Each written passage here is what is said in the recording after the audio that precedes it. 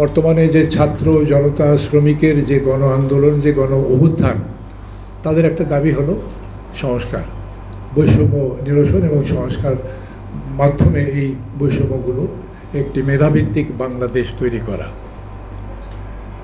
তাহলে আমাকে এখানে দুর্নীতির দিকে কঠোর নজর দিতে হবে। বিভিন্ন ধরনের অভিযোগ শোনা যায়, সেগুলোর দিকে আপনাদের নজর দিতে হবে। স্বচ্ছতা, যেটাকে আমরা বলে থাকি, সেক্রেটারি সাহেব দুটো শব্দ খুব লোডেড শব্দ, যেটা অনেক অর্থবহ ব্যবহার করেছেন, যে দুর্নীতিমুক্ত এবং জনবান্ধব। জনবান্ধব হওয়াটাও খুব গুরুত্বপূর্ণ, কারণ তাদের মুখ থেকে আপনি শুনবেন, তাদের কাছ থেকে আপনি তাদের সামাজিক যে অস্বস্তিগুলো বিরাজমান একটা গ্রামে, মফস্বল শহরে, সেগুলো দূর করার মূল দায়িত্ব আপনার উপরে বর্তিত হয়েছে।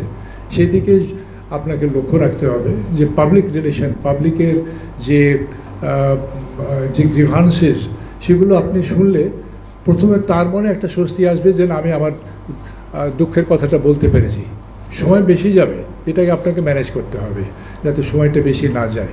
এটা আপনার পাবলিক রিলেশন বা পাবলিক ম্যানেজমেন্টের দক্ষতার উপরে সেটা নির্ভর করবে। যে আপনার একটা প্রাথমিক দায়িত্ব হয় যে বিরোধ নিষ্পত্তি, সেই মিউটেশন থেকে আরম্ভ করে একেবারে আপনার ল্যান্ড অ্যাপিল বোর্ড পর্যন্ত যেটা ট্রাভেল করে। তো এই বিরোধ নিষ্পত্তির ক্ষেত্রে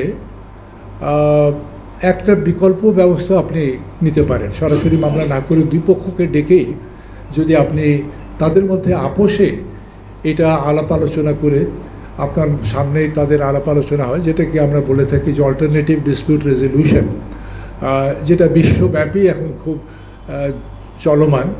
এই একটা বিষয় যেটা আপনারা যদি প্রত্যেকটি ক্ষেত্রে এটা অবলম্বন করেন, তাহলে আমার মনে হয় না, আমি দৃঢ় বিশ্বাস করি যে এই যে বিরোধ যেগুলি গড়াতে গড়াতে একেবারে আপনার ল্যান্ড অ্যাপিল বোর্ড পর্যন্ত আসে, সেগুলির সংখ্যা অনেক কমে যাবে।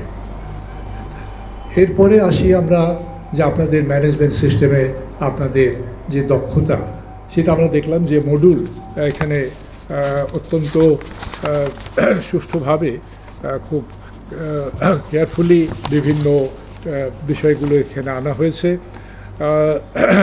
তার মধ্যে একটা বিষয় যেখানে উৎপত্তি হয় মিউটেশনের ক্ষেত্রে, সেই জায়গাটা আপনারা একটু সচেতন হবেন যে মিউটেশনের জায়গায় যাতে স্বচ্ছভাবে মিউটেশনটা হয়।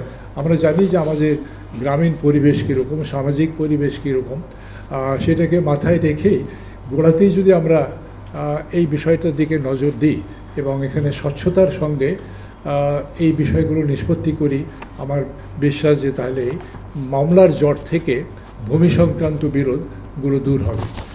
ভূমি সংক্রান্ত বিরোধ ছোটোখাটো একটা ব্যাপার নয়। ভূমি সংক্রান্ত বিরোধ মানে হচ্ছে সামাজিক একটা অস্বস্তি। আপনার যতগুলি দেশে মামলা আছে, সেই নিচের আদালত থেকে আরম্ভ করে আপনার অ্যাপিলেট ডিভিশন পর্যন্ত, তার একটা বড় অংশ হচ্ছে ল্যান্ড ডিসপিউট। আবার এর পাশাপাশি ফৌজদারি আদালতে যে মামলাগুলো হয়, তার মধ্যে একটা বড় অংশ কিন্তু এই ল্যান্ড ডিসপিউট থেকে আসছে। ধান কাটা নিয়ে মারামারি হয়, ভূমির মালিকানা নিয়ে মারামারি হয়, বিরোধ হয়, আদালত পর্যন্ত গড়ায়।